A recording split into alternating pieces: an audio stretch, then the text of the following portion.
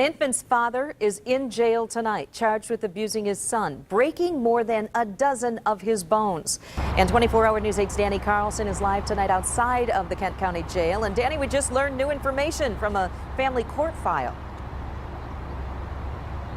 Yeah, Child Protective Services, we have learned within about the past hour, has actually filed a petition to terminate the rights of both the infant's mother and father. This is even though the father, according to court documents we saw earlier today, told police the mom didn't have anything to do with the infant's injuries. But that family court document says that the parent's explanation of what happened just doesn't match those injuries. Infant Jackson Steiger received nearly as many fractures as days he was alive. Broken bones given to him, police say, by one of the people whose job it is to keep him safe, his father, David Steiger. For a police officer, you do see a lot of bad things in this line of work, but seldom does something that bad. That's pretty terrible. We were shooed away from the family home today, a home that police say doubles as a crime scene, told only, quote, they're not prepared to make a statement. What happened, according to cops, reads more like a horror story than a court document.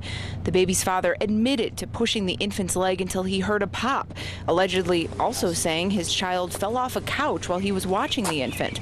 But as far as if he did it, unsure, but possible, David Steiger told police. He didn't know because he says he blacked out. The original reason the baby went to the hospital was for inconsolable crying. That was back on June 30th, and both parents took the infant to the hospital to get checked out. Doctors found the fractures and called police. Within 3 days, Steiger was in jail, held for first-degree child abuse, behind bars before the arrest warrant was even signed.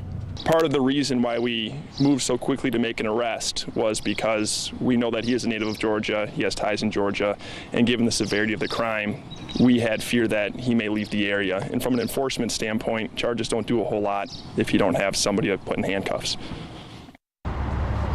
Now, family court documents say that Steiger admitted to blacking out in the past due to medication and also a mental health issue. If he is convicted of first-degree child abuse, he could face up to life in prison. Live in Kent County tonight, Danny Carlson, 24-hour News 8.